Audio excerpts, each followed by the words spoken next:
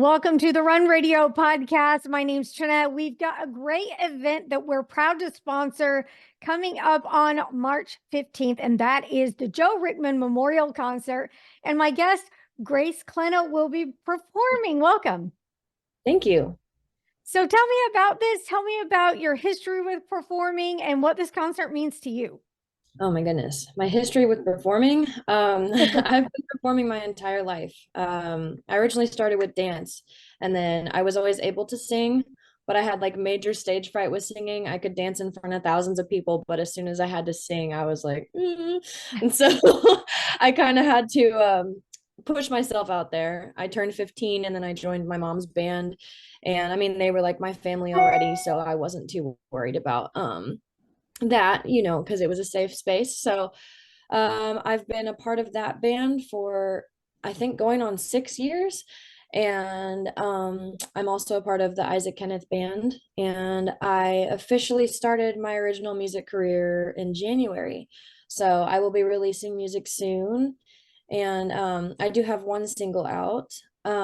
So I'm finally doing my own thing, and this will be my very first concert as just Grace Clenna. So I will be debuting as a solo artist. Um, on another note, Joe was like my other dad. Mhm. And so this is very, very special. I'm honored to do it. And he was one of my biggest fans. Every time I would sing, he was always up front, center, and just cheering me on. And I really miss that, but I know that he's still doing that in spiritual form. So, Everybody that has known Joe seems to say that, he was such a cheerleader. He was everybody's number one, and he was able to reach out and support everybody and do that.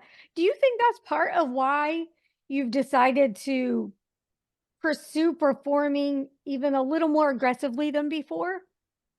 yeah, I would say so for sure. It's always nice to have any crowd member that's really interactive because it helps you know, like how things sound.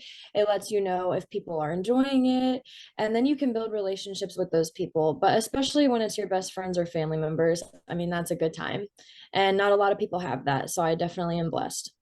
So going from dance into, performing on stage, I should say, how did you kind of know where you were going to land as far as a genre is concerned? Okay. Well, thanks to my parents, I'm very cultured. I'm obviously redneck in my roots, but I definitely was born in a city originally, and I grew up with hip hop being my main thing.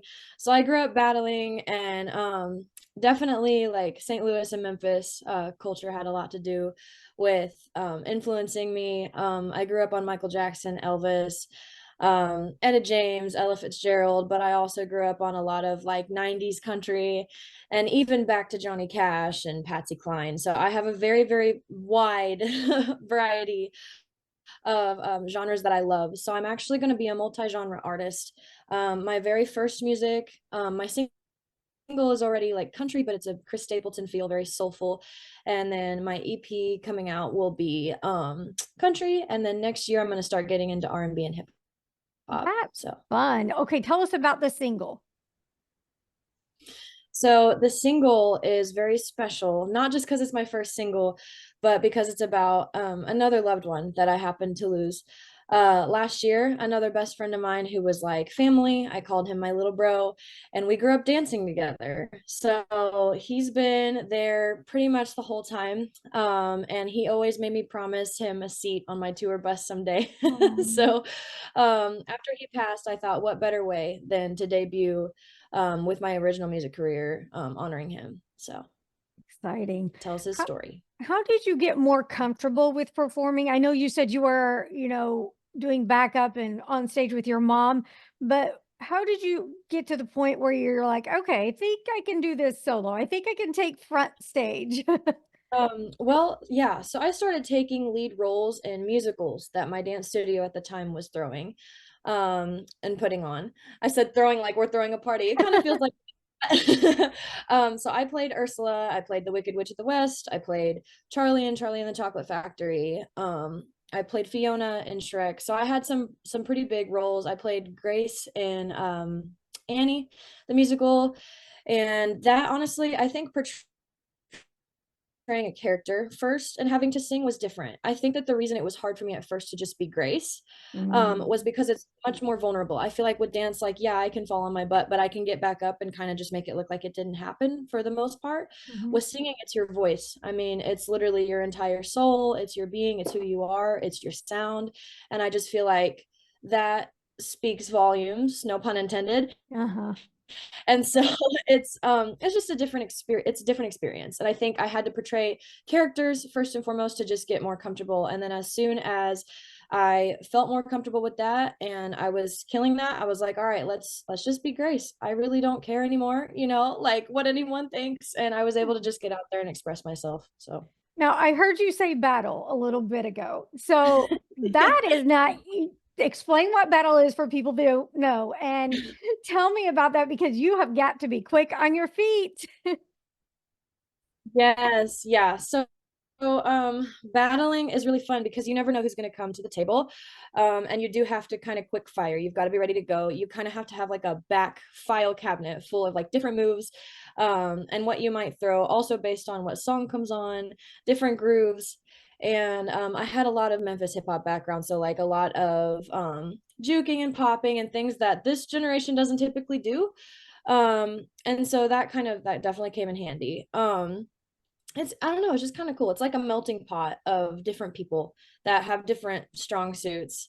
And it's challenging, but it also is just kind of part of who I am. So it was always a way to just like, I don't know, kind of let go. And also I think doing that kind of poured into the whole music thing too with singing, because just having rhythm also helped me Mhm. be able to relax on stage. And like if I needed to get my jitters out while singing, I would just like kind of sway to the music or something while I'm singing, and it definitely helped. Can you explain what that is and how it works for people that have never heard of what a battle is? Yeah, so battling is like you can do it in groups or you can do it solo, and it's just like an event that's put on. It's not the same thing as my dance competitions. That was another thing. But you kind of just show up and you step out there when you're ready to go and you're face to face with somebody, and it's all freestyled. You don't really choreograph it. That's kind of rare. It's a different style of battling, and you just go after it. You have rounds, and sometimes there's a judge panel, sometimes there's not. But it's all about gaining new relationships with other dancers.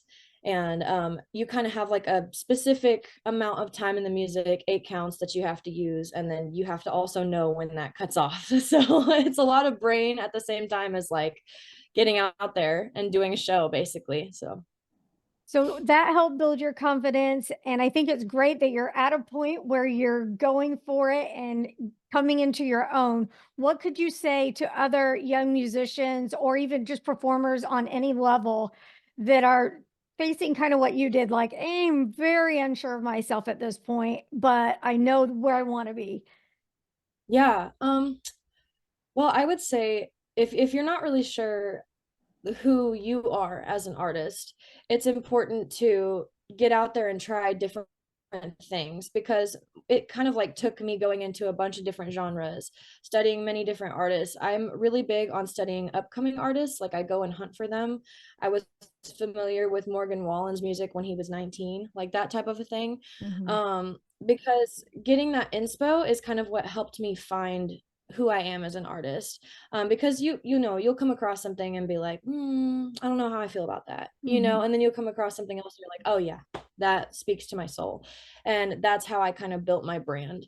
And everything that I do is an expression of like deep emotional connection within myself. So I like to do that. I like to relate with other people. I found that through doing so, Mhm. so. Okay, tell us a little bit about the concert, what you're looking forward to the most.